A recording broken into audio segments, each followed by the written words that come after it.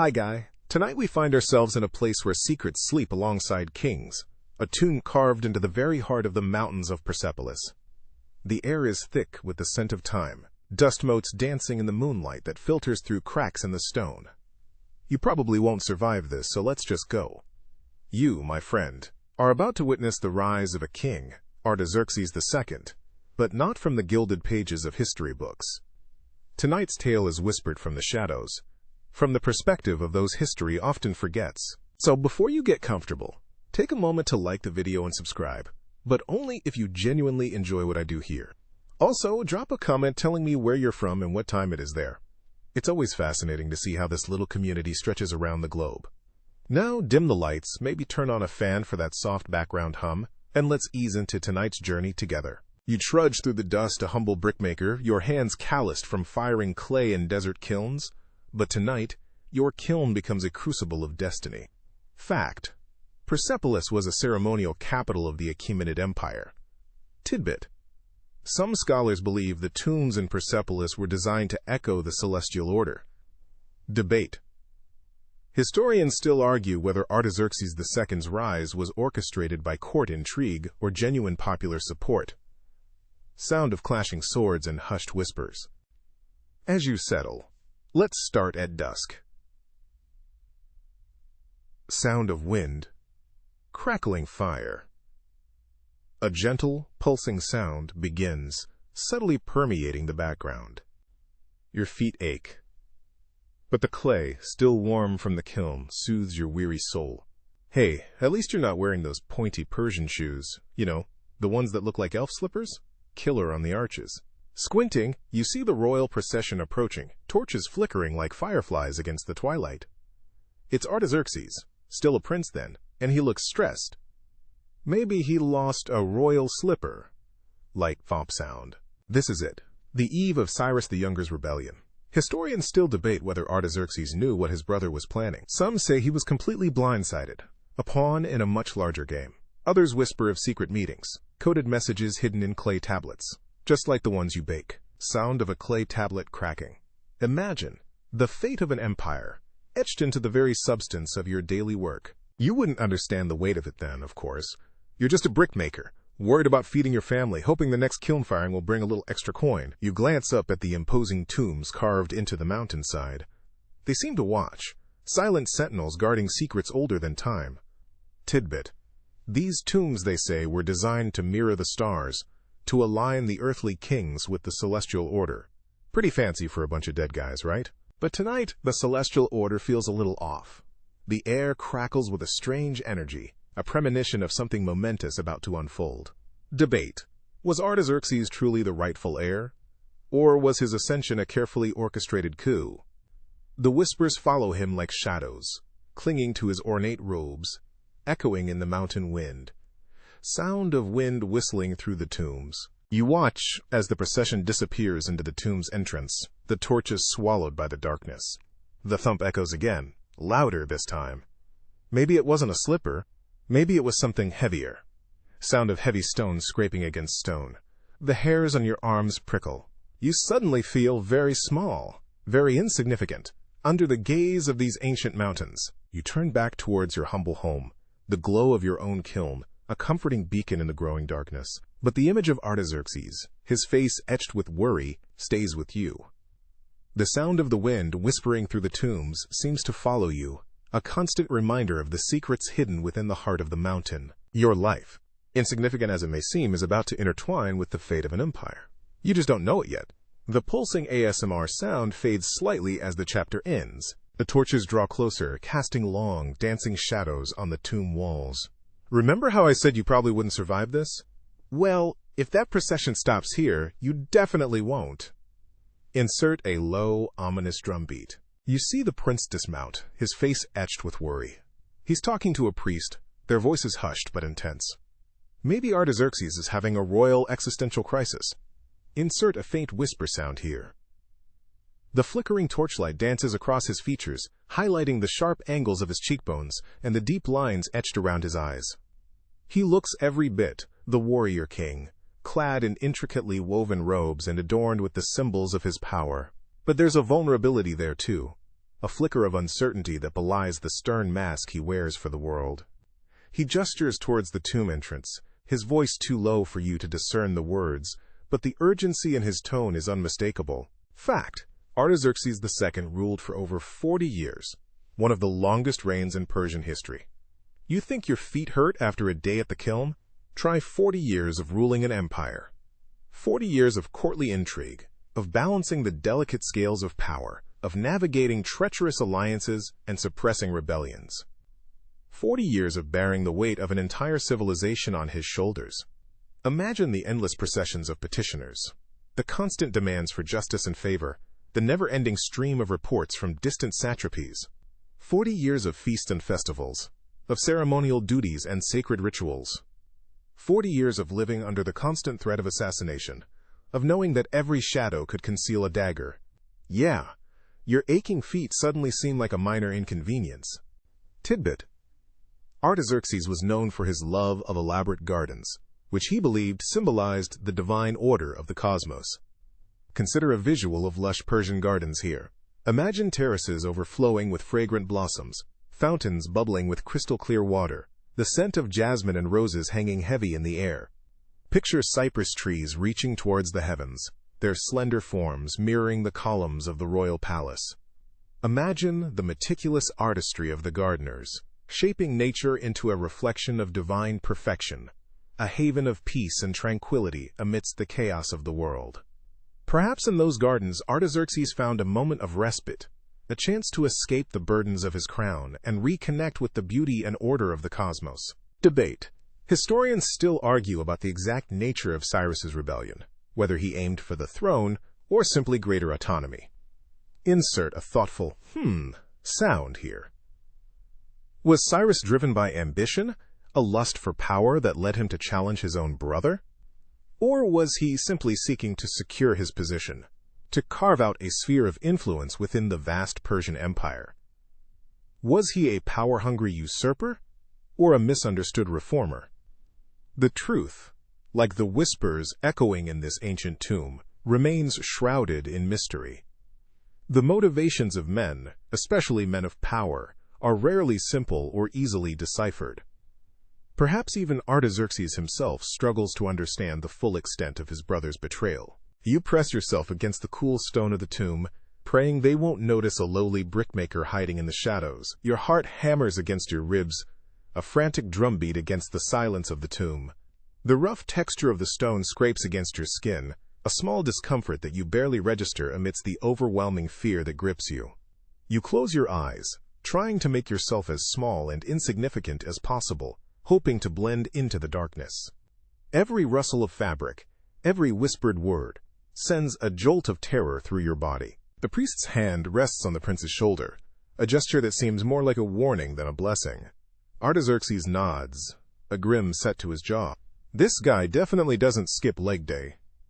Insert a metallic clink sound, like a sword being sheathed. The priest's words are still inaudible, but the weight of his presence, the intensity of his gaze, speaks volumes. There's a palpable tension in the air, a sense of impending conflict that hangs heavy like the scent of incense.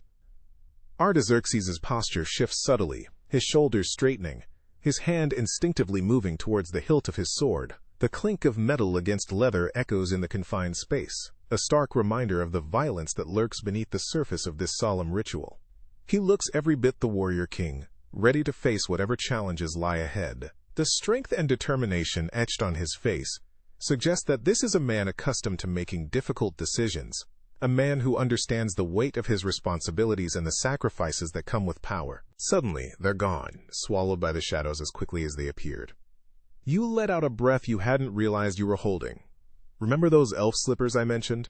Yeah, suddenly your sandals feel a lot better.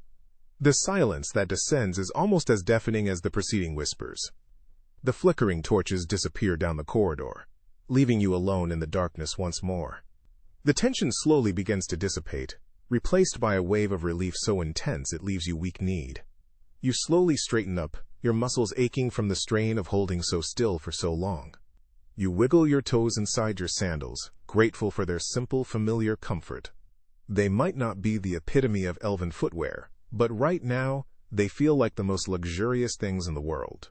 You take another deep breath, the cool, damp air of the tomb filling your lungs. You're still alive.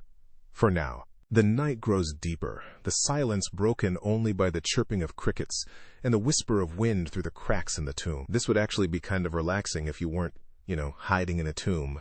Tap, tap, tap. You wonder if what you witnessed was a good omen or a bad one. Probably bad. Never a good sign when royalty looks that stressed.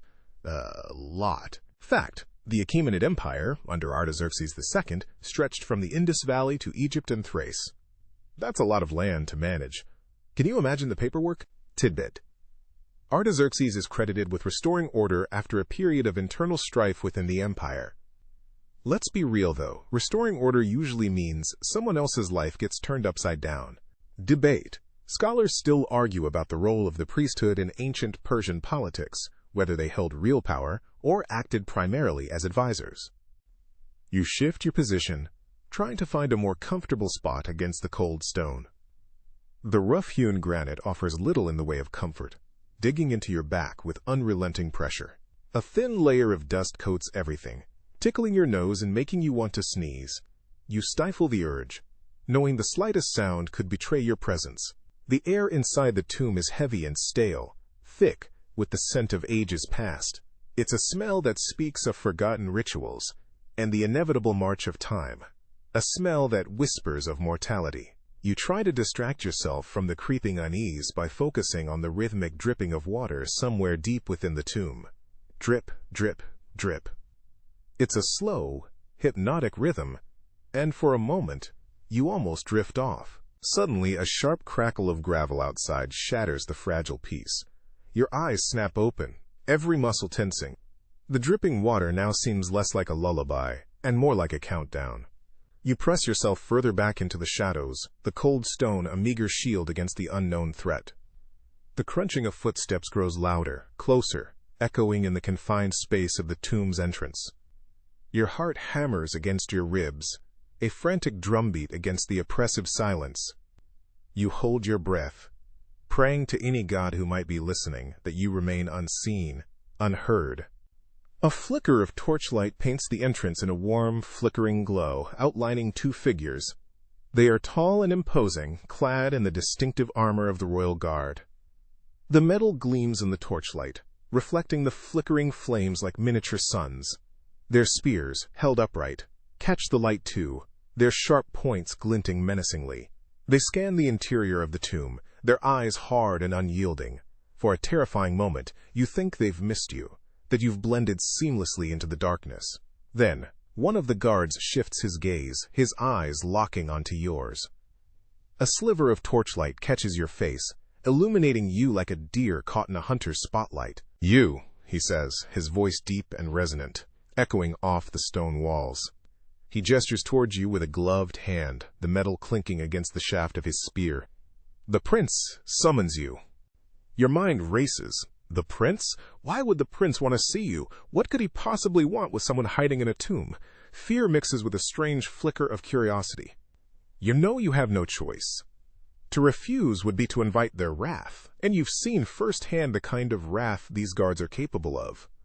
Slowly, cautiously, you emerge from the shadows, hands raised in a gesture of surrender. The cold night air hits you like a slap, a stark contrast to the stagnant air of the tomb. You shiver, partly from the cold, partly from the fear that coils in your stomach. Well, you think, as the guards flank you, their spears held close, there goes your plan for a quiet night. The irony isn't lost on you. You had sought refuge in the tomb, hoping to escape notice, to blend into the shadows and disappear. Instead, you've stumbled into something far larger, far more dangerous than you could have ever imagined. As they escort you out of the tomb and into the torchlit night, you can't help but wonder what fate awaits you in the presence of the prince. What secrets does he hold? And what role will you be forced to play in the intricate tapestry of royal intrigue? The crunching of gravel beneath your feet seems to echo the uncertain beat of your own heart. The journey to the prince, you realize, is a journey into the unknown. Torchlight flickered across the polished stone, painting the corridor in a shifting dance of orange and black. Each footfall, my own and those of the guards flanking me, echoed, amplified by the oppressive silence. A rhythmic, distant drumming pulsed in the air, a steady reminder of, well, let's just call it impending doom. Remember how I said you probably wouldn't survive this whole ordeal? If the prince wants a lowly brickmaker for a late-night chat, your odds of seeing tomorrow's sunrise just took a nosedive. Gong. This place, it's just wow. Soft wow sound. The sheer scale of it dwarfs everything. My kiln, my entire workshop, my whole life. It all shrinks to insignificance within these walls. It's not just big, it's powerful. You can practically feel the weight of the empire pressing down on you. 9. Visual. Persepolis. A sprawling complex on a raised platform, bathed in moonlight overlooking the dark expanse of the plains. They say this whole palace is built on a massive platform, raised high above the surrounding land. A symbol, apparently, of the empire's dominion. Like they're saying, look at us, we're so great, we built our palace on a giant pedestal. Which, I guess, they kind of did. Visual. Close-up of a palace relief. Intricately carved figures bearing gifts and marching in a procession. And the walls, covered in these incredible carvings. People bringing gifts to the king, soldiers marching, all sorts of stories etched in stone. It's humbling, to say the least. No one's really sure what all these rooms were for, you know. Some say this wing was for ceremonies, others think it was where the king lived. The royal archives, the treasury, it's all a bit of a mystery. Even the experts are still arguing about it. Nom metallic, nom clink, asterisk, asterisk. We stop before a massive set of doors. They swing inward, revealing a vast chamber, lit by braziers that cast flickering shadows across the richly decorated walls. And there, at the far end, is the prince. Artaxerxes. He sits on a raised dais, his face unreadable. Flanked by guards, big fellas, all gleaming armor and serious expressions. Like they spend every spare minute lifting weights sculpted from pure gold. I swear, those biceps could crush a skull. He gestures for me to approach. I swallow, my mouth suddenly dry. The guards step aside, their armor shifting with a metallic clink. I walk forward, trying to keep my legs from trembling. The floor is polished to a mirror sheen, reflecting the flickering torchlight, making the whole room seem to shimmer. He studies me for a long moment, his gaze intense, making me feel like a particularly uninteresting insect pinned under a magnifying glass. Finally, he speaks, his voice surprisingly soft. A stark contrast to the imposing figures surrounding him. You made the bricks for the eastern wall of the palace? Yes, your highness, I stammer, clutching the brick I had brought with me like a lifeline. It's the best one I've ever made, perfectly formed, fired to a rich, even red. I'd hoped it would impress him. Right now I'm just hoping it doesn't become a projectile weapon. He takes the brick from me, turning it over in his hands, his fingers tracing the lines. He seems genuinely interested. They're the finest in the city, he says, his gaze still fixed on the brick. The color, the texture, exquisite. Okay, maybe this isn't so bad. Maybe he just wants to talk shop. Maybe I won't end up as lion food after all. Ozolite, playful music, sting? He looks up at me, a ghost of a smile playing on his lips. Tell me, he says, his voice still soft, about your process. What is the secret to crafting such exceptional bricks? I take a deep breath, the tension slowly ebbing away. I can talk about bricks. I can talk about bricks all day. Well, your highness, I begin, feeling a flicker of my usual confidence return. It all starts with the clay. Artaxerxes continues to examine the brick, turning it over in his hands, his fingers tracing the lines of its construction. This guy's got surprisingly soft hands for a prince. Must be all that royal hand cream. Turning a soft scraping sound, like someone scratching their chin thoughtfully. The chamber is silent except for the flickering of torches and the soft rustle of the prince's robes. You're starting to think maybe he's just a really big fan of brickwork. Faint ticking sound, like a clock in the background. Fact. Artaxerxes II's reign was marked by a revival of traditional Persian art and architecture. Visual of various art forms from the period. Intricate reliefs carved into palace walls. Colorful glazed tiles forming geometric patterns. Towering columns adorned with stylized animal figures. skilled artisans working with gold and precious stones to create elaborate jewelry and ceremonial objects. Tidbit: Artaxerxes was a devout follower of Zoroastrianism, the ancient Persian religion. Samolegi visual, depicting a Zoroastrian fire temple. A simple yet elegant structure housing a sacred fire, tended by white-robed priests, the flickering flames casting dancing shadows on the walls, a sense of reverence and mystery pervading the air. Debate. Scholars still debate about the extent to which Zoroastrianism influenced Persian political and social structures. Quiet sound here, almost as if you're pondering the mysteries of ancient religion. Did the emphasis on cosmic dualism, the eternal struggle between good and evil, shape the empire's foreign policy? Did the Zoroastrian concepts of truth and justice influence the legal system? These questions continue to fascinate historians and theologians to this day. Suddenly, he speaks, his voice low and intense. The priest has spoken of a prophecy, he says. A brickmaker from the desert kilns will play a crucial role in the empire's future. Wait, what? This dramatic musical sting, a brickmaker from the desert kilns? Seriously? This is where the fate of an entire empire rests? On some guy who spends his days covered in dust and clay? It seems unlikely.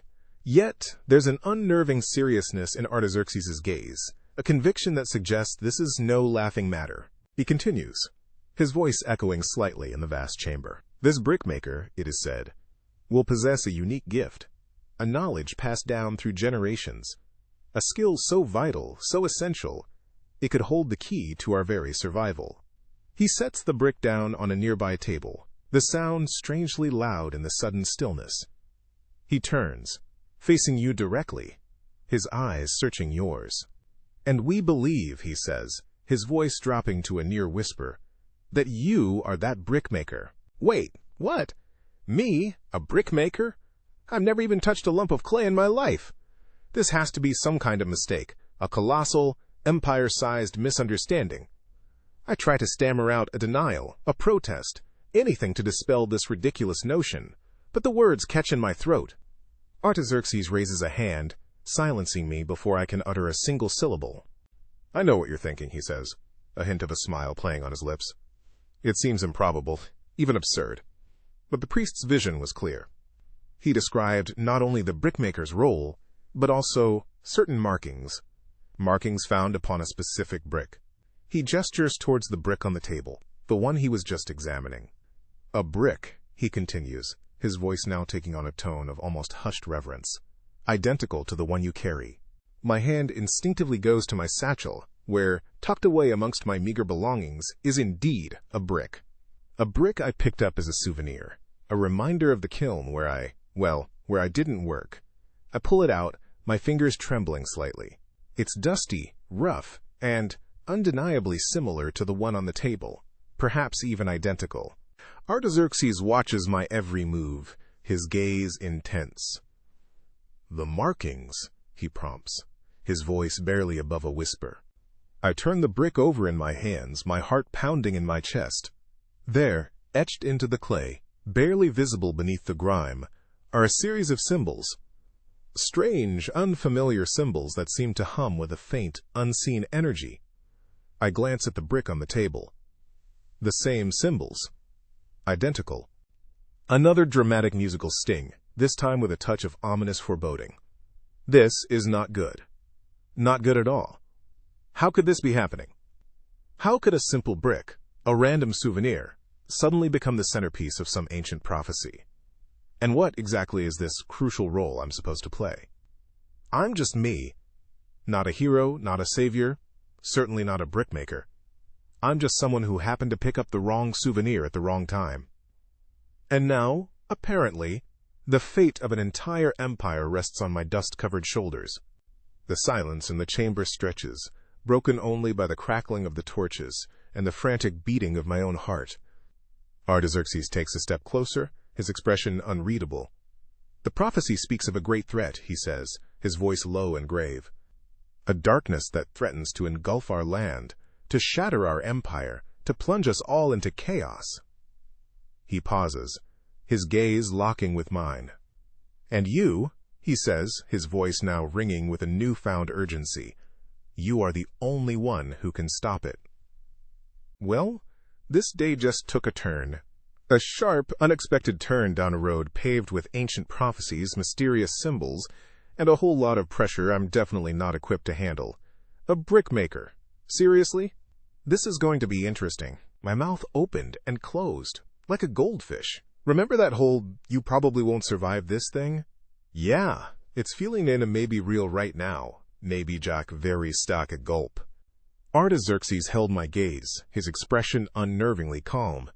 He clearly hadn't spent much time firing bricks under the desert sun. The man radiated cool composure, like he'd just stepped out of a palace bath, not a dusty, sun-baked courtyard.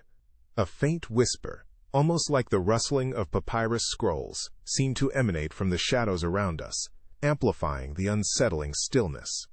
Fact: Cyrus the Younger's rebellion, known as the Battle of Cunaxa, took place in 401 BC. Asterisk. Imagine a stylized depiction of the battle. Ranks of soldiers clashing, dust clouds rising, banners fluttering in the wind. The scene emphasizes movement and chaos, but avoids graphic violence. Tidbit: the Battle of Cunaxa was fought near the Euphrates River in Mesopotamia. Asterisk. A simple map could be displayed here, highlighting the Euphrates River and the approximate location of Cunaxa. Perhaps a faint shimmer of water could be animated along the river's course. Debate. Historians still argue about the tactical details of the battle, especially the role of the Greek mercenaries who fought on Cyrus's side. Some claim their disciplined phalanx formation was crucial to Cyrus's initial success, while others argue that Cyrus's overconfidence and strategic blunders ultimately led to his defeat. Asterisk. The faint clash of swords rings out, metallic and sharp, but quickly fades, leaving a lingering sense of tension. There is a secret passage beneath the tomb of Darius, Artaxerxes said, his voice a low rumble that somehow managed to cut through the whispering silence. Known only to a few. My heart pounded against my ribs. Darius, the King of Kings. His tomb was a place of immense sanctity, shrouded in mystery and guarded by layers upon layers of tradition and ritual. The very idea of a secret passage beneath it. It was almost unthinkable. It leads to a hidden chamber, he continued, his eyes boring into mine, where a sacred flame burns eternally. A sacred flame. Eternal. The words hung in the air, heavy with significance. I could almost feel the heat of it, taste the ancient magic that must surely permeate such a place. And he wanted me to take him there? Me? A brick firer? He produced a small clay tablet, its surface covered in intricate symbols that seemed to writhe and shift in the flickering torchlight. I recognized some of them. Ancient cuneiform, the language of the gods and kings. But the others were completely unfamiliar. They pulsed with an energy I couldn't quite comprehend, making my skin prickle. "You will guide me to this chamber," he commanded, his voice leaving no room for argument. He held out the tablet, and I hesitantly reached out to take it. The clay felt cool and smooth against my fingertips, but beneath that coolness I sensed a latent power, a dangerous energy that thrummed with an unsettling resonance. Well, there goes my quiet night, and possibly my life. What had I done to deserve this? Was it the poorly fired bricks? Had I offended some obscure desert deity? Or was it simply my rotten luck that had landed me in this predicament? Whatever the reason, I was trapped. Trapped between a king and a secret, a sacred flame, and certain death. I swallowed hard, the dryness in my throat making it difficult. How am I supposed to know where this passage is? I managed to croak out, my voice barely a whisper. I've never even near Darius's tomb. Artaxerxes' lips curled into a thin smile, a predatory glint in his eyes. The tablet will guide you, he said, his voice smooth and dangerous. It contains the knowledge you need. It is a map of sorts. He leaned closer, the faint scent of cedar and myrrh clinging to his robes. The symbols, he murmured, his breath warm against my ear. They will reveal the way. They speak a language older than the desert itself. You will learn to understand them. My mind reeled. Learn a language older than the desert?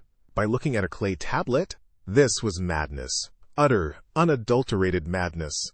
But who was I to argue with the King of Kings? He held my life in his hands, and he clearly wasn't afraid to squeeze. "And what?" I asked, my voice trembling slightly. If I can't understand them? Artaxerxes' smile vanished, replaced by an icy stare that sent shivers down my spine. Then, he said softly, his voice laced with a chilling promise, "You will have failed me. And failure," he added, his eyes narrowing to slits, "is not something I tolerate." He straightened up, the tablet still clutched in my hand. "You have until sunrise," he declared, his voice echoing in the courtyard. "By then, I expect to be standing before the sacred flame. Do not disappoint me." With a final, chilling glance, he turned and walked away, disappearing into the shadows. I stood there, alone in the flickering torchlight, the weight of the clay tablet heavy in my hand, the weight of the king's command heavy on my soul.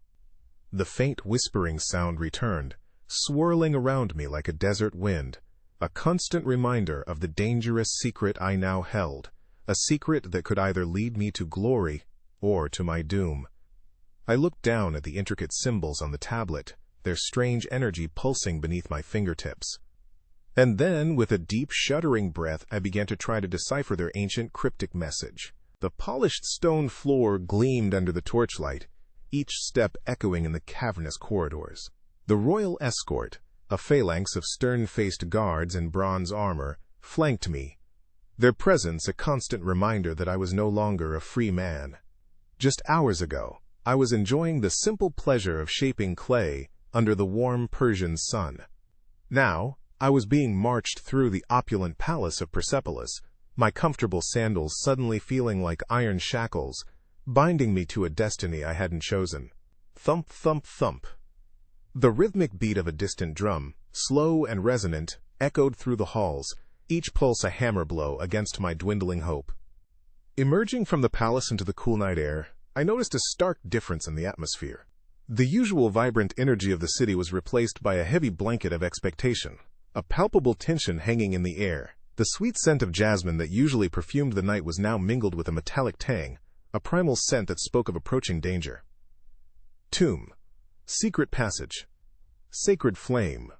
These words, whispered earlier by Artaxerxes, echoed in my mind. This was definitely not in the brickmaker's job description.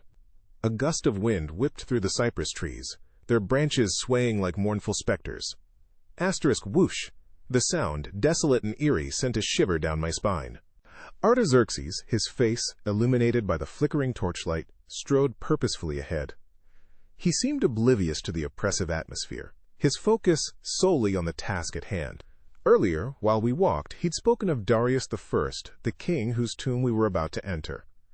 A powerful figure, he'd explained, one of the greatest Achaemenid rulers. A king known for his administrative genius, his vast empire stretching from the Indus Valley to Egypt, his military prowess legendary. I pictured Darius in my mind's eye, adorned in regal attire, a crown of gold upon his head, a symbol of power and authority.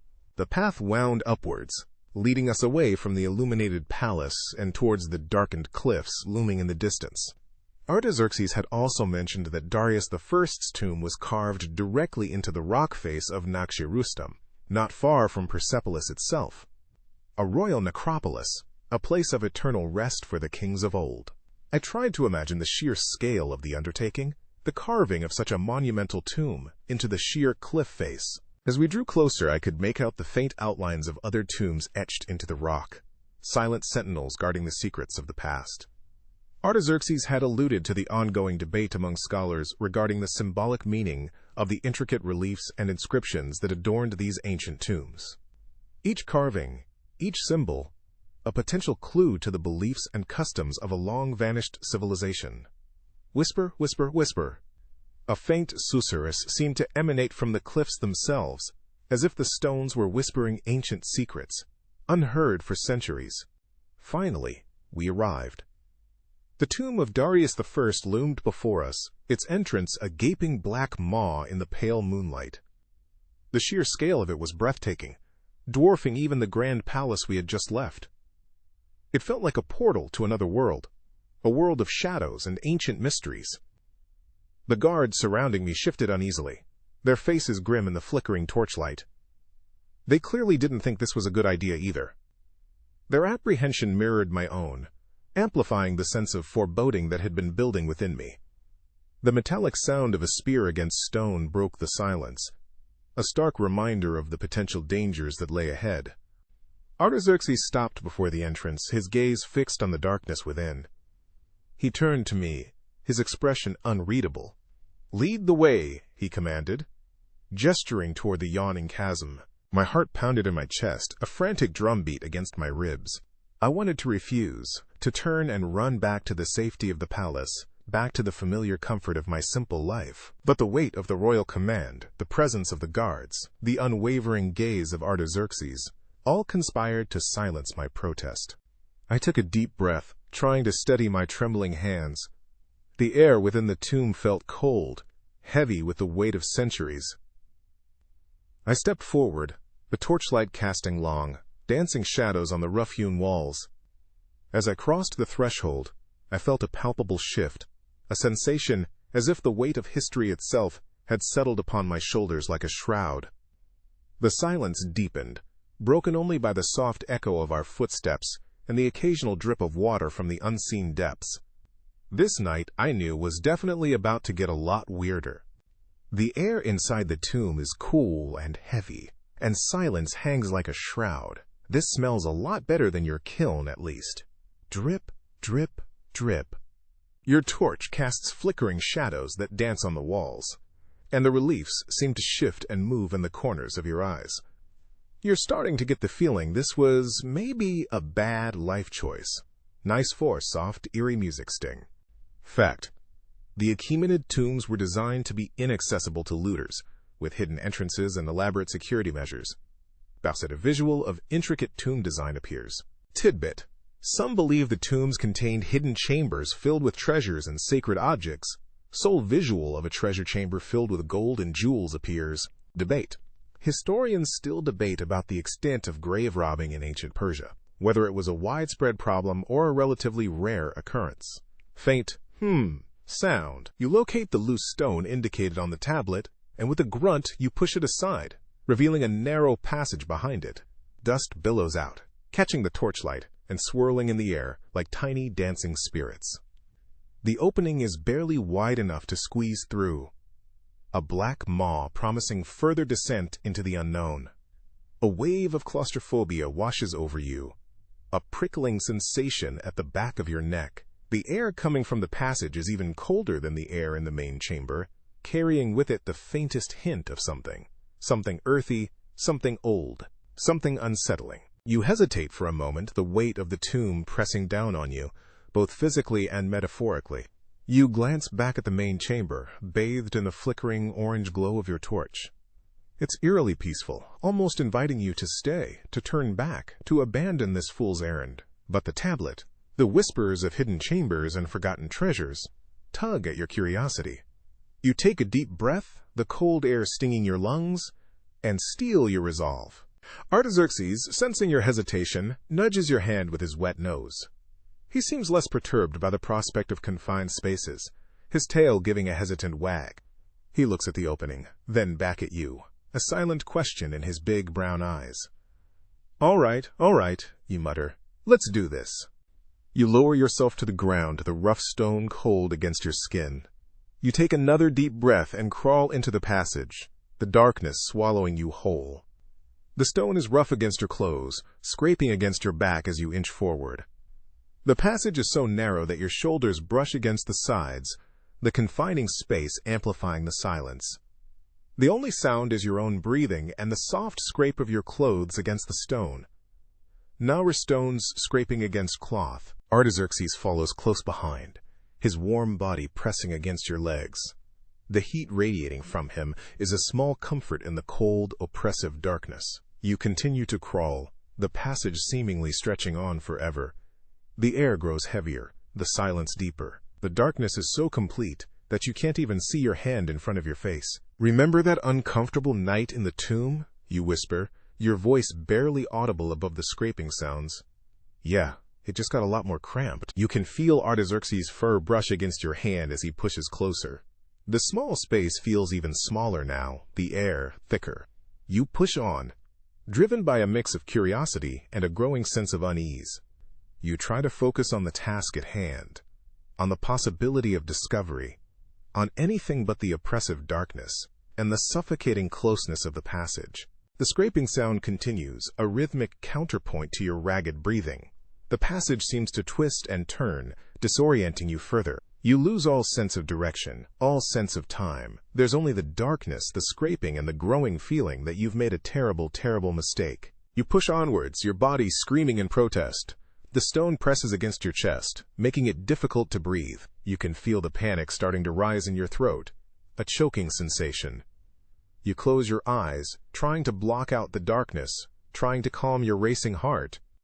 Just a little further, you whisper to yourself, to Artaxerxes, to the darkness. Just a little further. The words echo in the confined space, a hollow promise in the oppressive silence. You can only hope that whatever lies at the end of this passage is worth the ordeal. You crawl on, the darkness your only companion. The scraping continues, an endless, monotonous soundtrack to your descent into the unknown. The passage opens into a small, circular chamber. A single flickering flame dominates its center. The air here is surprisingly warm and smells kind of like burnt toast. Crackle, crackle. The walls are covered with intricate carvings, every surface a testament to meticulous artistry. The flame casts eerie shadows that dance in the corners of your vision, shifting and swirling like phantom dancers. This place is way more interesting than your kiln, though admittedly a lot less practical for firing bricks. Fact: fire played a central role in Zoroastrianism, symbolizing divine light and purity. Asterisk. Visual. A Zoroastrian priest, clad in white robes, meticulously tends a sacred fire within a metal brazier. The fire burns brightly, casting a warm glow on his face. Tidbit. Some believe the eternal flame in this hidden chamber was linked to the royal lineage, symbolizing the enduring power of the Achaemenid dynasty. Asterisk. Visual.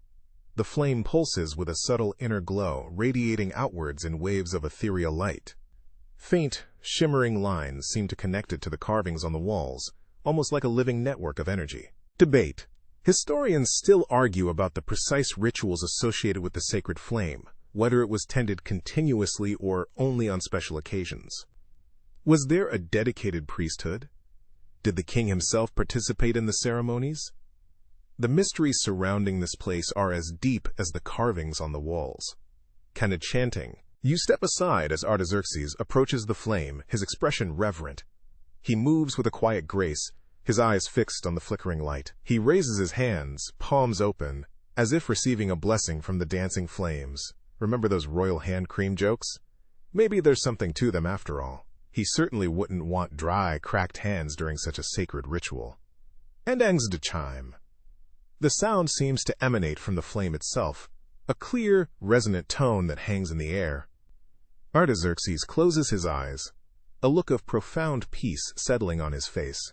He stands there for a long moment, bathed in the firelight, as if communing with something beyond mortal comprehension. The air itself seems to vibrate with an unseen energy. The flickering flame dances and sways, casting an ever-changing tapestry of light and shadow upon the carved walls. The scent of burnt toast, strangely, doesn't seem so out of place anymore. It blends with the faint, sweet smell of incense, creating a peculiar but not unpleasant aroma. It's almost hypnotic watching the flame, the way it twists and turns, reaching upwards as if striving for something beyond the confines of this small chamber. You wonder what Artaxerxes is thinking, what he feels, as he stands before this ancient symbol of power and divinity. Is he praying for the continued strength of his kingdom? Is he seeking guidance from the gods, or is he simply lost in a moment of quiet contemplation, finding solace in the flickering light? The silence is broken only by the soft crackling of the flame, and the quiet humming that seems to permeate the very stone of the chamber. It's a silence that speaks volumes, a silence heavy with history and reverence. You can almost feel the weight of centuries pressing down on you, the echoes of countless rituals and ceremonies performed in this very spot. The carvings on the walls seem to shift and change in the flickering light, telling silent stories of kings and gods, of battles won and lost, of empires risen and fallen. You try to decipher the intricate patterns, searching for clues to the mysteries of this hidden chamber, but they remain stubbornly elusive. The more you look, the more complex they seem to become, a labyrinth of lines and symbols that defy easy interpretation. Artaxerxes finally lowers his hands, his eyes still closed. He takes a deep breath, then slowly turns to face you. The flickering firelight illuminates his features, giving him an almost ethereal glow. He looks different. There's a quiet strength in his eyes, a renewed sense of purpose. He seems to have found something in the presence of the sacred flame, something that has touched him deeply. He opens his eyes, and a faint smile plays on his lips. He doesn't speak, but the look in his eyes tells you everything you need to know. He has found what he was searching for. He has communed with the divine. And now, he is ready to face whatever challenges lie ahead. The sacred flame has renewed his spirit, strengthened his resolve, and reminded him of the enduring power of his lineage. He gestures for you to follow him, and you do, leaving the sacred chamber and its flickering flame behind. But the image of the dancing firelight, the smell of burnt toast and incense, and the sense of ancient mystery will stay with you long after you leave this hidden place. The sacred flame, a symbol of divine light and enduring power, has left its mark on you too. As Artaxerxes stands before the flame, his face illuminated by its otherworldly glow, you hear a sharp crack from above. Remember that uneasy feeling you've had all night? It's about to get a lot worse. Crack, rumble, dust and small stones rain down from the ceiling, and a tremor shakes the chamber. You duck for cover as the prince stumbles back, his face etched with alarm. This is maybe not the best place to take cover during an earthquake. Crumble rumble. Fact: Persepolis was destroyed by Alexander the Great in 330 BC. Tidbit: some believe Alexander's destruction of Persepolis was a deliberate act of revenge for the earlier Persian sack of Athens. Debate: historians still argue about the motivations behind Alexander's destruction of Persepolis, whether it was strategic, political, or simply a drunken act of vandalism. The tremors subside, leaving a thick cloud of dust hanging in the air. As the dust settles, you see something that makes your blood run cold. The sacred flame has been extinguished. Dramatic musical sting, the silence that follows is heavier than the dust hanging in the air. Artaxerxes stares at the empty altar, his face a mask of disbelief. He reaches out a trembling hand as if to touch the cold metal, then withdraws it quickly. A low groan escapes his lips. You glance around the chamber, now dimly lit by the flickering torches on the walls. The once majestic space feels oppressive, the air thick, with a sense of foreboding. The falling debris has scattered across the floor, creating a treacherous landscape of broken stone and ancient artifacts. By Ahura Mazda, Artaxerxes whispers, his voice choked with emotion. The sacred flame extinguished. Such a thing, it is unthinkable. He turns to you, his eyes wide with fear. What does it mean? He asks, his voice barely above a whisper. You shake your head, unable to speak. The significance of the extinguished flame is heavy in the air, a tangible presence that chills you to the bone. It's more than just a symbolic act. It feels like a wound, a gaping hole torn in the fabric of their world. You think back to the stories you've heard, the legends whispered in hushed tones around campfires. The sacred flame, they said, was the embodiment of their god, Ahura Mazda, a symbol of their empire's strength and prosperity. Its extinction, could it be an omen? A sign of their impending doom? Another tremor, weaker this time, runs through the chamber. Artaxerxes flinches, his eyes darting nervously to the ceiling. We must leave, he says, his voice regaining some of its authority. This place, it is no longer safe. He gestures towards the exit, and you follow him cautiously, picking your way through the debris. As you reach the doorway, you pause and look back at the darkened altar. The emptiness where the flame once burned seems to draw you in, a void that whispers of forgotten prophecies and impending disaster. You know with a chilling certainty that this is just the beginning. The extinguished flame is not merely an incident, it's a prelude to something far more catastrophic. The uneasy feeling you've had all night has solidified into a knot of dread in your stomach. As you emerge from the chamber, the sounds of panic and confusion reach your ears. The tremors have spread throughout the palace, causing widespread chaos and fear. People are running in all directions, their faces etched with terror. What is happening? You ask a passing guard, his face pale with fear. The earth, it is angry, he cries, clutching his helmet. The gods are displeased. Artaxerxes pushes through the crowd, his voice rising above the din.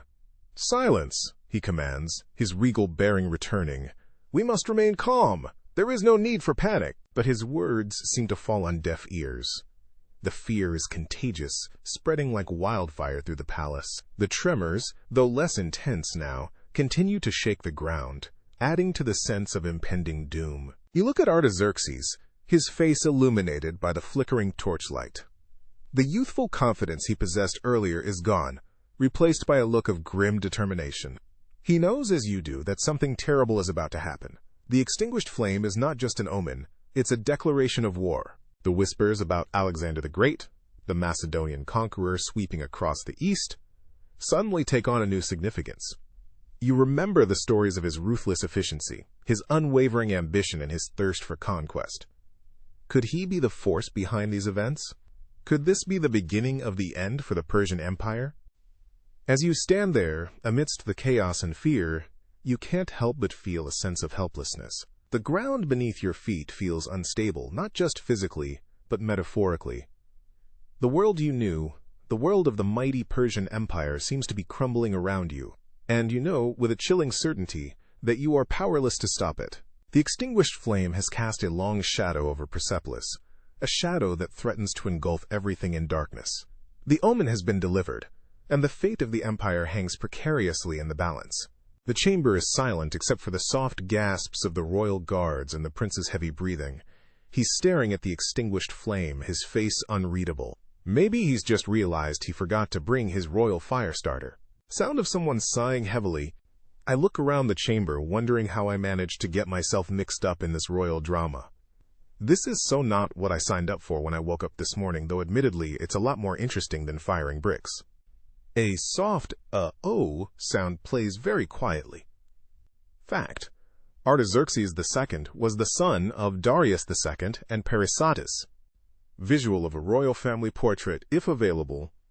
Tidbit: Artaxerxes II was known for his diplomatic skills, and played a key role in negotiating peace treaties with rival empires.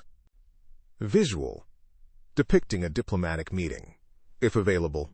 Topped. Debate: Historians still argue about the true extent of Artaxerxes II's political influence, whether he was a puppet of his advisors or a genuine leader in his own right. Sound of someone clearing their throat. "What does it mean?" Artaxerxes asks, turning to the priest. The priest's face is pale, and he stares at the darkened altar with horror. "It is a bad omen, Your Highness," he says, his voice trembling. "A sign of darkness and impending doom. I'm starting to get the feeling this is not going to end well for anyone." The silence descends again, heavier this time, pressing down on us like a physical weight. The flickering torches on the walls seem to dim, casting long, dancing shadows that twist the expressions of the guards into grotesque caricatures of fear. Artaxerxes remains motionless, his gaze fixed on the cold, dead altar. His knuckles are white where he grips the hilt of his ceremonial dagger. I shift uncomfortably from foot to foot. My morning had started so ordinarily. Wake up, eat a meager breakfast of stale bread and dried fruit, head to the kiln to start another day of firing bricks for the new palace wing. Then, this. A summons to the royal palace, a hurried escort through echoing corridors, and now, this. A darkened chamber, a terrified priest, and a prince who looks like he's about to declare war on the shadows. I glance at the priest again. He's muttering something under his breath, probably a prayer to whatever gods the Persians worship. I wouldn't mind offering up a prayer or two myself right about now, preferably to a god of getting me out of weird royal situations. I'm not sure such a deity exists, but it's worth a shot. Artaxerxes finally moves, turning away from the altar with a sigh that seems to carry the weight of the entire Persian Empire. He runs a hand through his thick, dark hair, dislodging his elaborate golden crown slightly. He catches it before it falls, a small, almost absent-minded gesture that speaks volumes about his current state of mind. He looks at the assembled guards, his eyes hard. "Summon the royal astrologer," he commands, his voice low and resonant. "And the chief scribe. I want a full interpretation of this incident by sunrise." The guards snap to attention, relief evident in their faces. An order, something to do. Anything to break the suffocating tension. They scurry out of the chamber. their footsteps echoing in the sudden emptiness. Now it's just me, the prince, and the still muttering priest. The silence returns, but it's a different silence now, charged with anticipation, with the unspoken dread of what the astrologer and scribe might reveal. Artaxerxes turns to me, his eyes finally meeting mine. I freeze, unsure what to expect. He studies me for a long moment, his expression unreadable. I have no idea why I'm even here. I'm just a brick firer, a nobody in the grand scheme of the Persian Empire. Why the prince is even acknowledging my presence is beyond me. You, he says, his voice softer now, almost conversational. You witnessed this event. Tell me, what did you see? My mind races. What did I see? A flame going out. A priest freaking out. A prince on the verge of a nervous breakdown. Not exactly the stuff of epic poems. I saw the flame extinguish itself, Your Highness. I stammer, trying to sound as if I haven't just been mentally composing a prayer to the non-existent god of escaping awkward situations. He nods slowly, his gaze intense. And what do you think it means? My heart pounds in my chest. What do I think it means? I'm a brick firer, not a soothsayer. I haven't the faintest idea what it means. But the prince is looking at me expectantly, waiting for an answer. I swallow hard. I don't know, Your Highness, I admit, my voice barely a whisper. Maybe it was just a draft? The priest lets out a choked gasp, his eyes widening in horror. Artaxerxes, however, doesn't seem offended by my less than prophetic interpretation. He actually gives a small, almost imperceptible smile. A draft, he repeats, the word sounding strange and foreign on his lips. He looks back at the darkened altar, a flicker of something that might be amusement in his eyes. Perhaps you are right. A simple draft. A mundane explanation for a seemingly ominous event. He pauses, then adds, almost to himself. Sometimes, the simplest explanation is the correct one. He turns back to me, his expression once again unreadable. You may go, he says, dismissing me with a wave of his hand. I don't need to be told twice. I bow quickly, my heart still hammering against my ribs, and practically sprint out of the chamber. As I hurry back through the echoing corridors of the palace, I can't shake the feeling that I've just stumbled into something much bigger, much more complicated than a simple extinguished flame. And I have a sinking feeling that I haven't seen the last of Artaxerxes II, or his darkened altar. And that, I realize with a shudder, is definitely not going to end well. Artaxerxes stares at the extinguished flame, his face etched with worry. He clearly didn't get the don't panic memo. Insert a low, ominous drumbeat. The chamber is silent, except for the prince's heavy breathing and the faint crackling of cooling embers on the altar. I shift my position, wondering what sort of ancient rituals are supposed to be done at a time like this. Insert a faint whispering sound, as if ancient spirits are stirring. Fact: the Persian Empire, under the Achaemenids, was known for its vast administrative system and complex bureaucracy. That's a lot of paperwork for an extinguished flame. Can you imagine? Mountains of papyrus, scribes frantically scribbling, messengers running back and forth, all because a little flame went out. It's enough to make your head spin. And don't even get me started on the triplicate forms. Tidbit: Artaxerxes II was a patron of the arts, and his court was renowned for its lavish banquets and entertainments. Insert a visual of a lavish Persian banquet. Imagine tables laden with roasted meats, glistening fruits, and jeweled goblets overflowing with wine. Musicians play lutes and harps, dancers twirl in vibrant silks, and the air is thick with the scent of spices and perfume. It's a far cry from the dusty kilns where I spend my days. Debate: historians still argue about the economic and social impact of Artaxerxes II's reign, whether it led to prosperity or decline.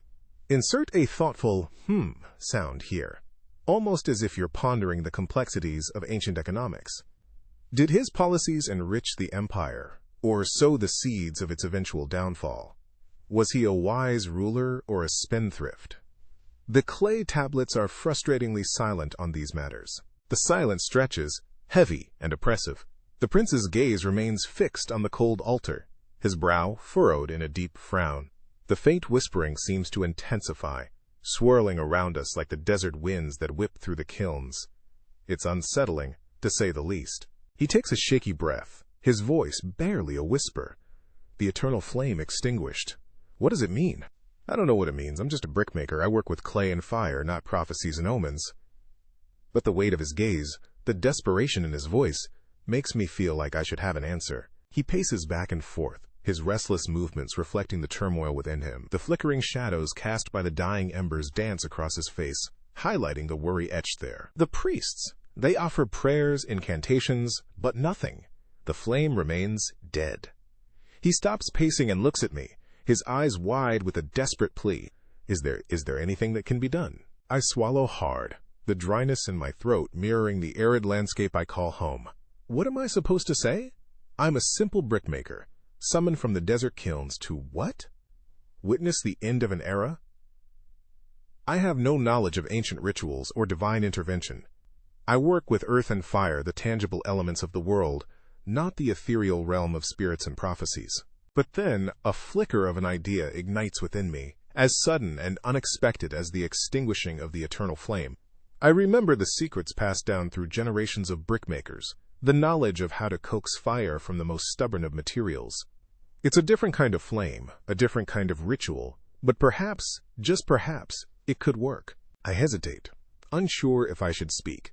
This is the prince of the Persian Empire, surrounded by priests and advisors, scholars and dignitaries. And I'm just me, a man of clay and fire.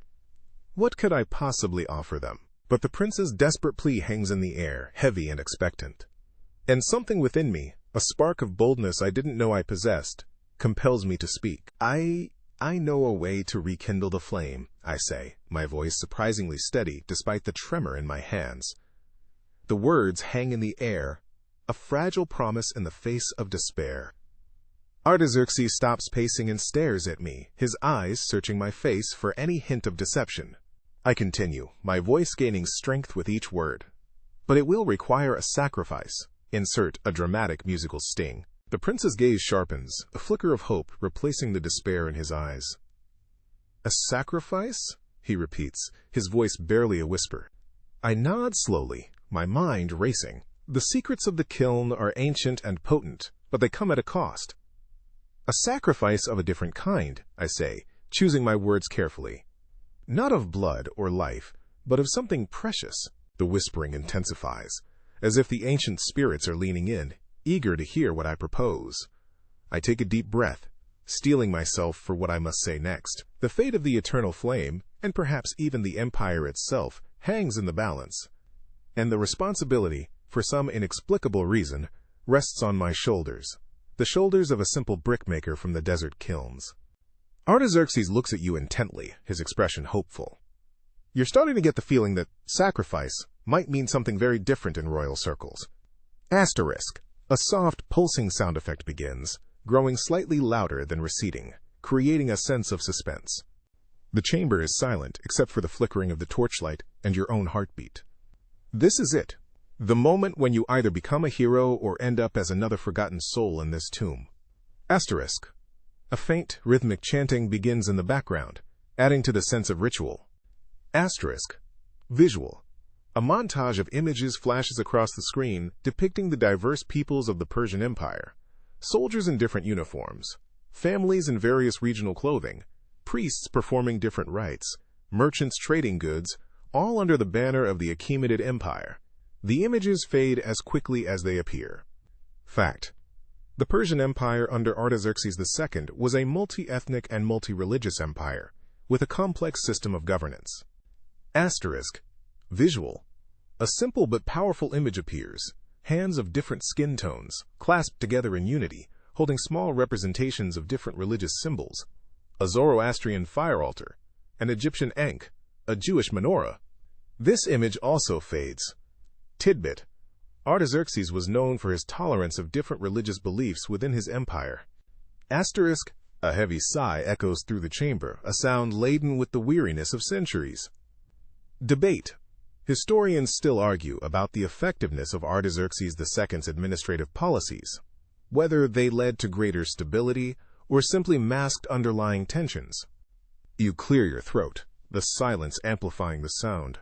Your Majesty, you begin, trying to sound confident despite the tremor in your voice. To rekindle the sacred flame, a specific ritual must be observed. The flame requires a catalyst. You hesitate, trying to choose your words carefully. A rare type of clay found only in the whispering sands of the eastern desert. This clay must be mixed with the ashes of a royal garment and burned under the light of the full moon. You hold your breath, watching Artaxerxes' reaction. His gaze shifts from you to the altar, a flicker of something unreadable in his eyes. He then turns back to you, his expression resolute. He removes his outer robe, a magnificent garment woven with threads of gold, shimmering in the flickering torchlight. The robe must be worth a king's ransom, easily the most opulent thing you've ever seen. Without a word, without even a flicker of hesitation, he casts it onto the altar. Wow, okay, guess he's really committed to this prophecy thing. The weight of the robe on the stone altar seems to deepen the silence. The flickering flames dance across the rich fabric, highlighting the intricate gold embroidery. You stare at the discarded robe, your mind racing. You had anticipated some reluctance, some questioning, perhaps even a counteroffer. A less valuable garment, a token offering. But this was a grand gesture, a display of absolute faith. The chanting continues, a low thrum that seems to vibrate through the very stone of the chamber. You glance back at Artaxerxes. He stands tall and regal, even without his elaborate robe, his eyes fixed on the altar. He seems almost serene. Is it genuine faith or a calculated performance? You find yourself unable to decide. You take a deep breath, forcing yourself to focus on the task at hand. You have the clay, carefully wrapped in a piece of linen within your satchel. Now, with the royal garment provided, the ritual can proceed. You reach into your bag, retrieving the small pouch of clay. It feels warm to the touch, almost pulsing with a faint energy. The pressure of the moment intensifies. This is it. No turning back. You carefully unwrap the clay, its earthy scent filling the air, a stark contrast to the lingering scent of incense and age within the tomb. You begin to crumble the clay, the dry, brittle pieces breaking apart in your hands. The chanting grows louder, the pulsing sound returning, synchronized with the rhythmic crumbling of the clay. Artaxerxes watches your every move with an unwavering gaze, his hope almost tangible. You can feel the weight of his expectations, the fate of an empire resting on your shoulders. This wasn't just about rekindling a flame, it was about rekindling hope, about restoring faith. And somehow, amidst the ancient rituals and the royal theatrics, you find yourself believing it too. Maybe, just maybe, this crazy prophecy might actually be true. You look up at the sliver of moonlight filtering through a crack in the tomb's ceiling, a beacon in the oppressive darkness. Everything is in place. The clay, the garment, the moonlight. All that remains is the final act, the ignition of the flame. The chanting reaches a crescendo, the pulsing sound now a steady beat against your eardrums. You hold your breath, bracing yourself for what's to come. This is it, the moment of truth. Scrape, scrape, scrape.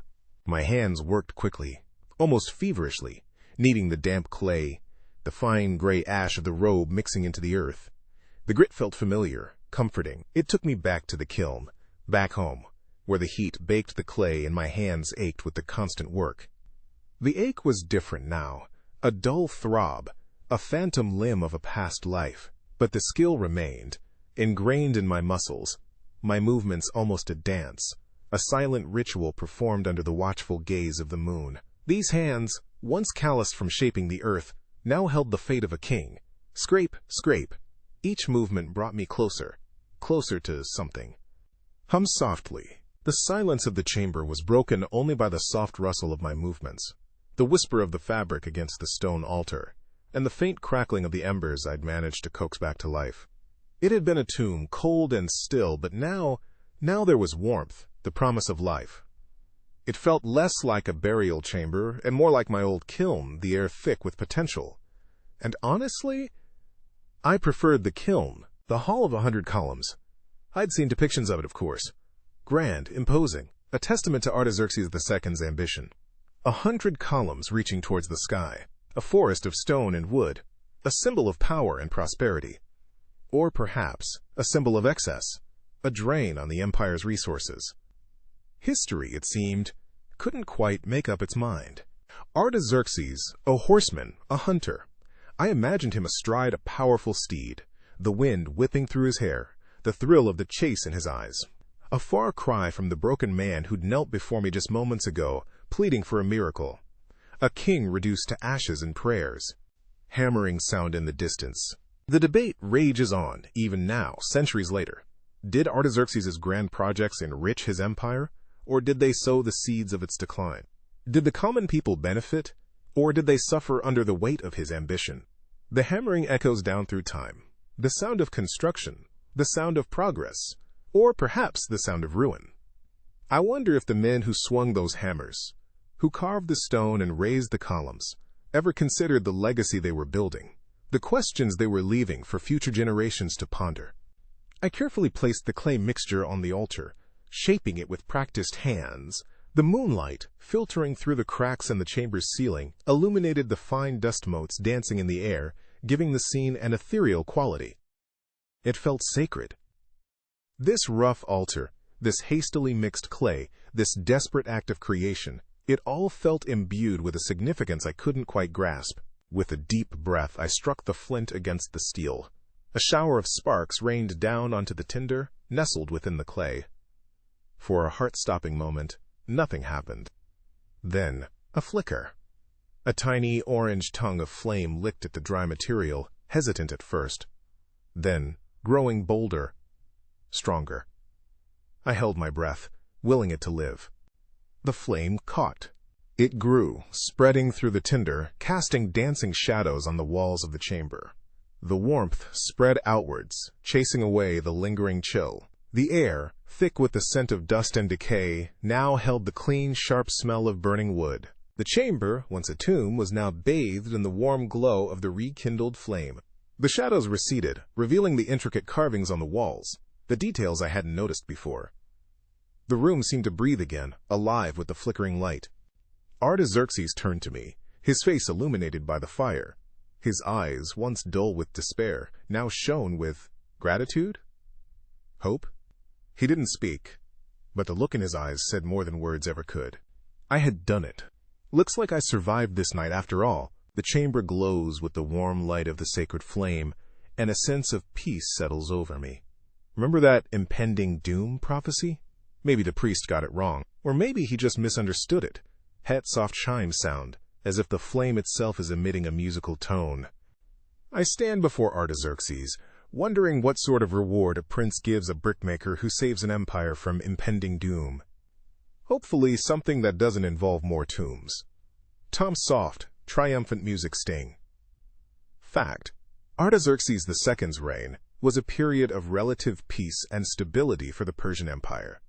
Peace and stability, you think they come cheap? Not on this frontier. Tidbit: Artaxerxes II was known for his love of exotic animals and kept a menagerie at his palace. Seva Menagerie, teeming with strange and wonderful creatures. Sleek Nubian hunting dogs lounging in the sun. A brightly plumaged parrot squawking from a gilded perch. A small, furry creature with enormous eyes peering out from behind a curtain of leaves. The air is thick with the sense of unfamiliar spices and animal musk. Debate: historians still argue about Artaxerxes II's legacy, whether he was a strong and effective leader or simply a placeholder between more dynamic rulers. Thoughtful sound, as if pondering the complexities of historical legacies. You have saved the empire, Artaxerxes says, his voice filled with emotion. Ask what you will, and it shall be yours.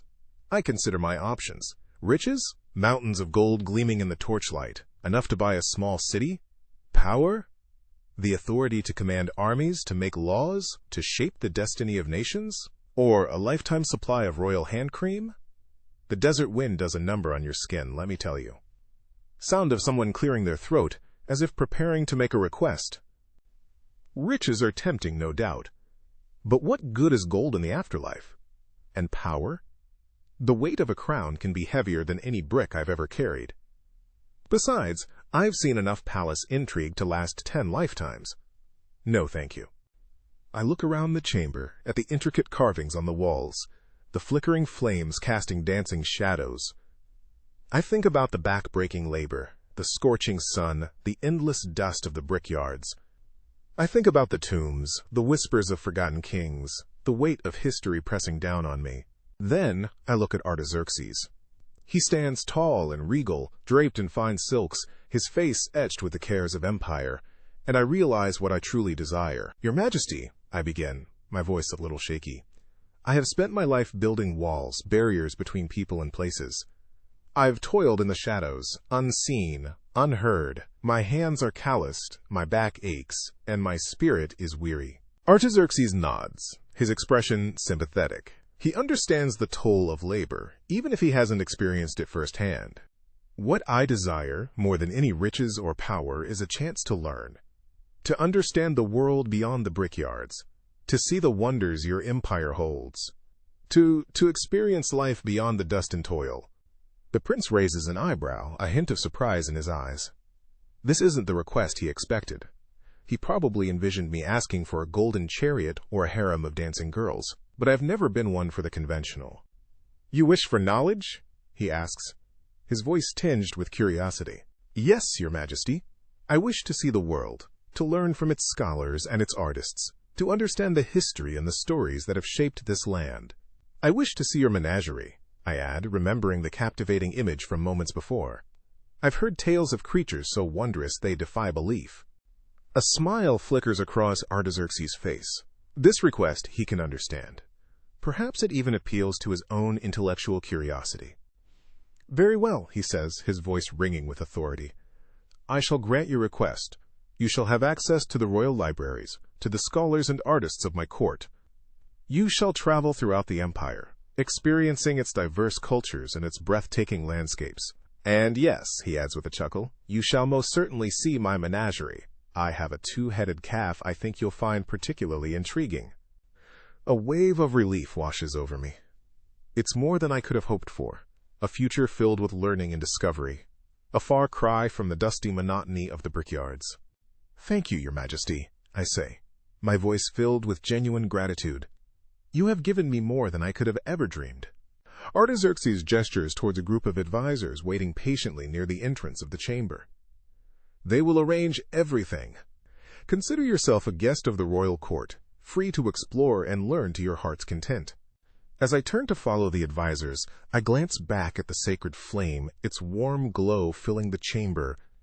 The impending doom the priest spoke of feels like a distant memory, a shadow dispelled by the light of knowledge and the promise of a new beginning. Maybe the prophecy wasn't about destruction, but about transformation. Maybe, just maybe, the impending doom was simply the end of my old life, and the beginning of something far greater. The light of the sacred flame, nestled within its golden brazier, flickered across the rich tapestries adorning the walls. It danced across the polished stone floor, finally settling on me, illuminating my simple, dust-stained tunic and trousers. My worn leather sandals felt inadequate against the smooth coolness of the stone. This was it. The moment. The culmination of weeks of perilous journeys, of navigating treacherous tombs and facing down ancient evils. This was the moment to ask for a king's ransom, a position of power, anything I desired. The very air crackled with the potential of untold riches, untold influence. Soft pulsing sound. Silence. Thick, expectant silence. The only sound I could hear was the steady thump of my own heart against my ribs, a frantic drumbeat in the stillness of the vast chamber. Artaxerxes, king of kings, sat upon his throne, his gaze steady, patient. He watched me, waiting. I, a simple brickmaker, stood before him, the grime of my trade still clinging to my skin. A simple brickmaker who, it must be said, had just saved his royal hide and the entire Persian Empire from a rather nasty fate. I mean, really, the man owed me. Big time. Sound of wind chimes. My calloused fingers fidgeted at my sides. I thought of my small kiln, the familiar smell of clay and smoke, the warmth of the fire. I thought of the rhythmic thud, of the mallet shaping the wet earth. A simple, honest task. I thought of the familiar faces in my village, the gossip and laughter that filled the evenings. It was a small life, a simple life, but it was preliminary quite knife. Consider adding a map of the royal roads spanning across the empire. highlighting its vast network and the cities it connected. Perhaps a voiceover could briefly explain its significance in facilitating communication and trade, the lifeblood of the empire. The vastness of the Persian Empire, stretching from the Indus Valley to the Nile, from the steppes of Central Asia to the shores of the Mediterranean, was connected by the royal road, a marvel of engineering. Messengers on horseback could relay information across thousands of miles in mere days. Caravans laden with silks, spices, and precious metals flowed constantly along its well-maintained paths, bringing wealth and prosperity to the empire. Artaxerxes' power rested on this network, the arteries and veins of his vast domain. Consider adding a visual depicting an archery competition in the royal gardens. Artaxerxes, a renowned archer, hits the bullseye. Courtiers applaud. The court of Artaxerxes was known for its grandeur, its lavish feasts and entertainments. The king himself was a skilled archer, and competitions were often held in the royal gardens. The whir of the arrow, the satisfying thud as it found its mark, the ripple of applause from the assembled nobles. These were the sounds of power, of privilege. A world away from the quiet clink of my tools, the hiss of the kiln. Quiet. My mind drifted to the whispers I'd overheard in the taverns, debates about the true extent of social mobility in the empire. Some claimed that even a commoner, through bravery or cunning, could rise through the ranks. Others scoffed, saying such tales were mere fables meant to appease the masses. Could a brickmaker truly become more? Did the King of Kings even consider such a possibility? Or was I destined to return to my kiln, no matter the service I had rendered? Your Highness, I finally spoke, my voice a little rough from disuse.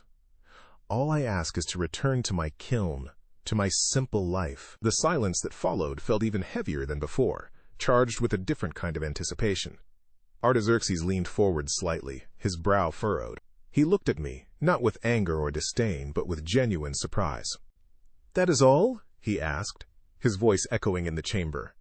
It was a rich, resonant voice, accustomed to issuing commands and pronouncements. Yet there was a hint of disbelief, almost disappointment. "Yes, Your Highness," I replied, my gaze unwavering. "A brickmaker's life is all I've ever known, and all I desire."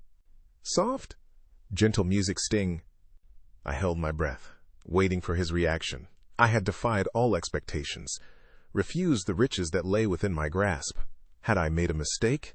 Had I offended him with my humble request? Perhaps he had expected a grand gesture, a display of ambition worthy of the service I had performed. Perhaps he thought I was playing some sort of game, trying to bargain for even greater rewards. He studied me for a long moment, his expression unreadable. Then, a slow smile spread across his face. It wasn't the condescending smile of a ruler amused by a peasant's naivete. It was a genuine smile, a smile of respect, or perhaps understanding. He rose from his throne, his movements fluid and graceful despite his regal attire. He descended the steps and stood before me, the sacred flame casting his shadow long and imposing on the floor. "You have shown me something today, brickmaker," he said, his voice softer now, almost conversational. "Something more valuable than gold or jewels. You have shown me the true meaning of contentment." He paused, his gaze piercing. "And perhaps," he added, a hint of amusement in his voice, "you have also shown me that even a king can learn a thing or two from a humble craftsman." Artaxerxes looks at you, his expression thoughtful.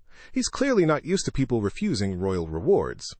Maybe he should spend a day at the kiln. That would change his perspective. Confident soft scraping sound, like someone scratching their chin thoughtfully. The chamber glows with the warm light of the sacred flame, the silence broken only by the crackling of the fire and the soft rustle of the prince's robes. You're starting to get the feeling Artaxerxes is maybe not as out of touch as you thought. Time's soft wind chimes create a peaceful atmosphere. Fact: the Persian Empire, under Artaxerxes II, faced several external threats, including incursions from nomadic tribes and rebellions in outlying provinces. Imagine a map here, stretching from the Indus Valley in the east to Egypt and Thrace in the west, a vast tapestry of cultures and landscapes.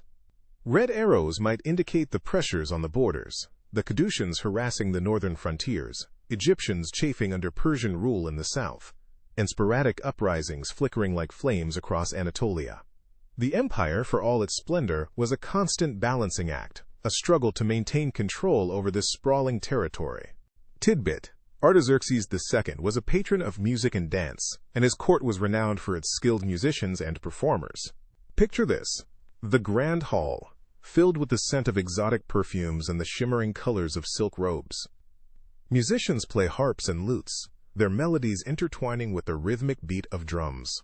Dancers, adorned in flowing gowns and elaborate headdresses, move with graceful precision, telling stories with their bodies, each gesture a language understood by all. The air vibrates with the energy of the performance, a celebration of life and artistry under the king's benevolent gaze. Debate: Historians still argue about the long-term stability of the Persian Empire under Artaxerxes II, whether his reign represented a true golden age or simply a period of temporary calm before decline. Thoughtful sound, almost as if pondering the cyclical nature of history. Did Artaxerxes truly consolidate power and usher in an era of prosperity, or did he simply manage to hold together a fracturing empire, postponing the inevitable decline? Some scholars point to his long reign, his diplomatic successes, and his patronage of the arts as evidence of a golden age. Others argue that the underlying tensions, the constant rebellions, and the growing economic strain suggest that the seeds of decay were already sown. The reign of Artaxerxes, viewed through the lens of history, remains a complex and enigmatic period, a subject of ongoing debate and scholarly inquiry. Was it a peak, a plateau, or the beginning of a slow descent? Perhaps it was a combination of all three. The cycles of history, like the tides of the sea, are rarely simple. Though you ask for little, Artaxerxes says, I cannot let your service go unrewarded. He takes a small, intricately carved wooden box from a nearby table and presents it to you. The box is made of dark, polished wood, inlaid with intricate patterns of gold and ivory. Its craftsmanship speaks of generations of skill, passed down through the hands of master artisans. The delicate hinges, barely visible, gleam in the firelight. You take the box, its weight surprisingly substantial for its size. It feels warm to the touch, as if it holds a spark of the sacred flame itself. This contains a clay tablet, he says. His voice is low and resonant, filled with a quiet authority. Inscribed upon it is a single word: balance. May it guide you in the days to come. Time. A soft chime sound. You open the box. Inside, nestled on a bed of soft velvet, lies a small rectangular clay tablet. The cuneiform inscription, a single word, stands out against the ochre background. Balance. The word seems to resonate with the quiet hum of the sacred flame, a simple yet profound message. What does it mean? Balance in your personal life? Balance in the world around you? Balance between the competing forces of the empire? The word hangs in the air, a silent challenge, a gift of wisdom wrapped in the simplicity of clay and the weight of a king's favor. You close the box, the word imprinted not only on the clay tablet, but also on your mind. It is a gift more valuable than gold, a guiding principle to carry with you on your journey. The silence stretches between you and the king, filled with unspoken understanding. The crackling fire, the soft chime of the wind chimes, the weight of the box in your hand, all seem to coalesce around this single word, balance. It is a word that will echo in your thoughts long after you leave this sacred chamber. A gift, not of material wealth, but of wisdom, offered by a king who perhaps understands more than he lets on. The firelight dances in his eyes, reflecting the flickering flames of the empire he rules, the delicate balance he strives to maintain. And in the quiet of the chamber, you understand that the true reward is not in gold or jewels, but in the wisdom to navigate the complexities of life, the wisdom to find balance in a world constantly in motion. The desert night felt different. The usual stillness, the vast emptiness that used to press down on me like a physical weight, now vibrated with a strange energy. It thrummed in my chest, echoed in the tap, tap, tap of my sandals against the packed sand. The small wooden box I clutched in my hand, no bigger than a loaf of bread, felt heavy, imbued with the weight of prophecy, the flicker of a destiny I couldn't yet grasp. Iron shackles, imagined just hours ago, now seemed a distant, foolish fear. My sandals, worn thin from countless journeys to this very spot, felt lighter than ever. Tap, tap, tap. Above, the stars glittered like spilled diamonds, their ancient wisdom seemingly poured out across the inky canvas of the night. The wind, usually a biting, relentless force, now whispered secrets through the undulating dunes, each rustle and sigh carrying the weight of centuries. My kiln, a simple mud brick structure built with my own hands, felt suddenly monumental, like the very center of the cosmos. The banked fire within crackled and popped, a low, comforting rumble radiating outwards, a heartbeat in the stillness. Crackle. Rumble. I remembered what the old scholar had told me about the Achaemenids, how their vast empire flourished not just through conquest, but through careful cultivation of the land. Their ingenious irrigation systems, their knowledge of crops and seasons, it painted a picture of a civilization deeply connected to the earth. I could almost see it. Fields of golden wheat rippling in the breeze, intricate canals channeling life-giving water, orchards bursting with fruit under a sun-drenched sky. The empire's agricultural prowess had allowed it to feed its vast population, to build cities and palaces, to support the lavish lifestyle of the court. Artaxerxes II, the prince had mentioned his name. He said the king, his father, was a keen observer of nature, a patron of botanical studies. I could picture lush gardens, overflowing with exotic plants, their vibrant colors and intoxicating scents filling the air. Scholars meticulously documenting each leaf, each petal, each delicate stamen, expanding the empire's knowledge of the natural world. These gardens, symbols of power and prosperity, must have been breathtaking. But even paradise has its shadows. The old scholar had also mentioned the debates, the hushed arguments among historians about the environmental cost of the empire's success. Had their intensive agriculture led to deforestation? Had the constant demand for resources stripped the land bare, leaving it vulnerable to erosion? The weight of those questions settled in my stomach, a dull ache mirroring the potential damage inflicted on the ancient landscape. Even now, centuries later, we were still grappling with the consequences of our actions, still struggling to find the balance between progress and preservation. Tap.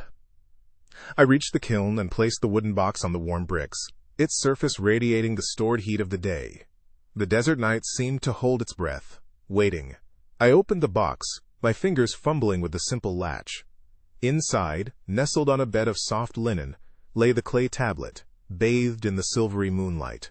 The cuneiform inscription, usually a complex puzzle, now seemed clear, almost luminous. Balance. I whispered the word, its meaning resonating deep within me, echoing the rhythmic pulse of my work at the kiln, the steady beat of my heart, the ebb and flow of life itself. The clay, the fire, the water, each element playing its part, each needing the others to create something beautiful, something enduring.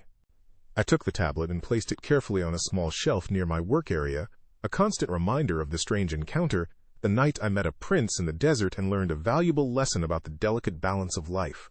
A lesson not just about clay and fire, but about empires and ecosystems, about the choices we make and the legacies we leave behind.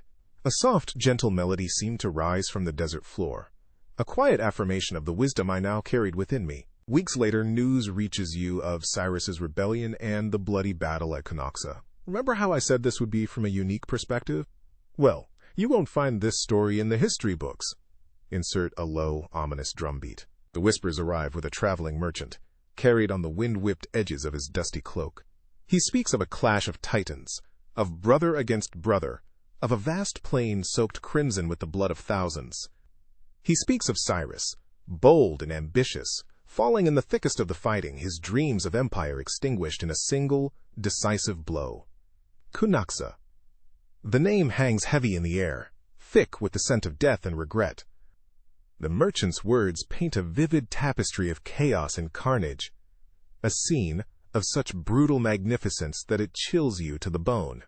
You work at your kiln, the clay spinning between your calloused hands, and the word balance echoes in your mind. The rhythmic slap of the clay against the wheel, the steady heat radiating from the kiln. These are the constants in your life, the anchors that hold you fast against the turbulent currents of the world. The clay remembers the shape of your hands, yielding to your touch, transforming from a shapeless lump into something beautiful, something useful. You find solace in this simple act of creation, a quiet refuge from the storms that rage beyond your humble workshop. You didn't survive the Battle of Cunaxa. Insert a faint "uh-oh" sound, but played very quietly. Because you were never there. The echoes of that distant battle reach you, but they cannot touch you. You recall the night the young prince visited your workshop, drawn by the warm glow of your kiln, intrigued by the dance of your hands as you coaxed life from the earth. He spoke of ambition, of a thirst for power, of a world waiting to be reshaped in his image. He offered you a place in his new world, a position of influence, of wealth. But you declined. You chose the quiet rhythm of your wheel, the comforting warmth of your fire, the balance you found in the simplicity of your craft. A prince might crave the roar of battle, the glitter of gold, the intoxicating allure of power, but you sought a different kind of kingdom. Fact: Cyrus the Younger was killed at the Battle of Cunaxa, and his rebellion was crushed. Insert a visual depicting the battle, again, keeping it stylized and not too graphic. The image shows a swirling mass of soldiers, a chaotic ballet of clashing swords and flying arrows. The dust rises in thick clouds, obscuring the carnage below, but the cries of the dying, the clang of metal against metal, tell their own story. Cyrus, clad in gleaming armor, stands at the heart of the maelstrom, a beacon of defiance against the overwhelming tide of his brother's forces. But even his courage, his ferocity, cannot stem the tide. He falls, a bright star extinguished in the darkness of battle, his dream of a new empire shattered. Tidbit: the Greek mercenaries who fought for Cyrus were stranded deep in Persian territory after his death, and their arduous journey home, known as the Anabasis, became a famous tale of survival. Consider adding a visual of the Greek mercenaries. These hardened warriors, a disciplined force of hoplites, their bronze shields glinting in the sun, found themselves trapped in a hostile land, thousands of miles from home. Their leader fallen, their cause lost, they faced a seemingly impossible task: to fight their way back to Greece through a labyrinth of hostile territories, against overwhelming odds.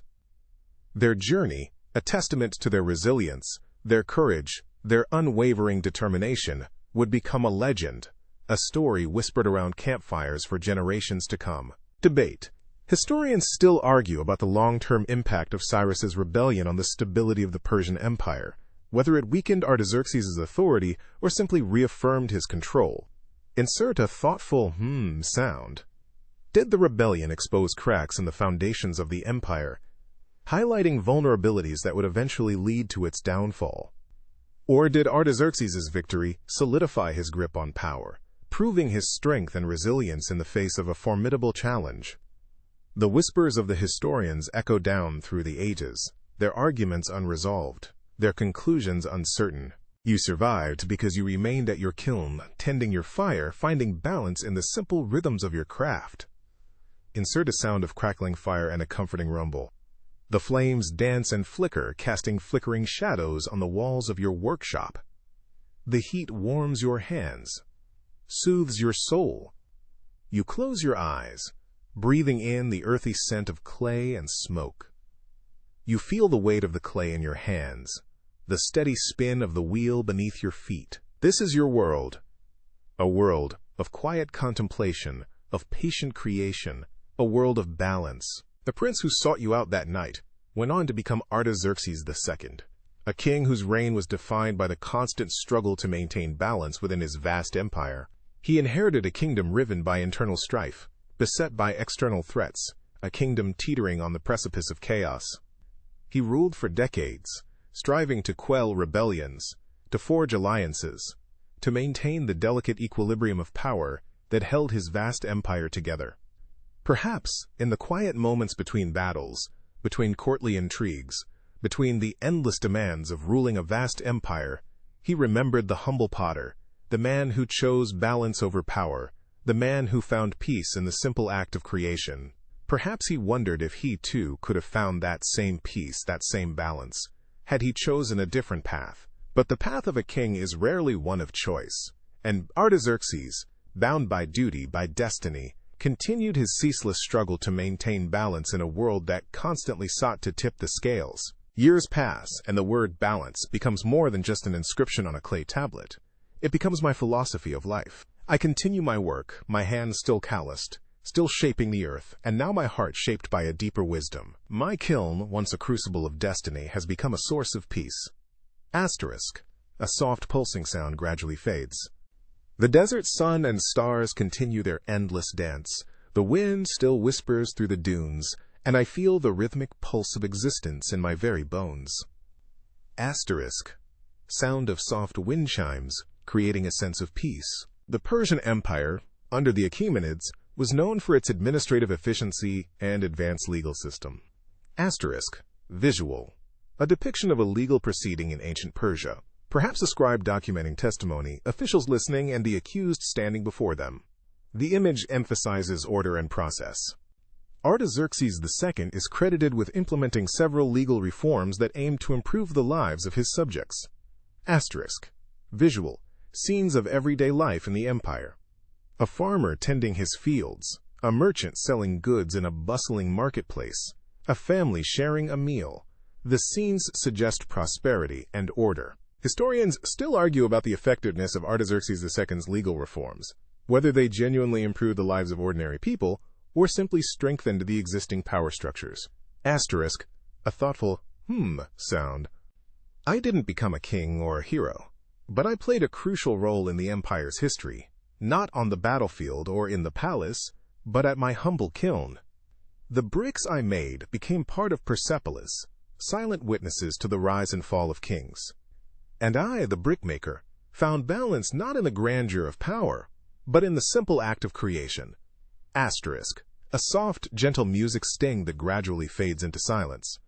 As the night deepens, I feel myself settling into my simple bed, the soft sounds of the desert lulling me to sleep. Asterisk. All sounds and music fade out completely. Asterisk. Whisper. Sleep now. The kilns are cool.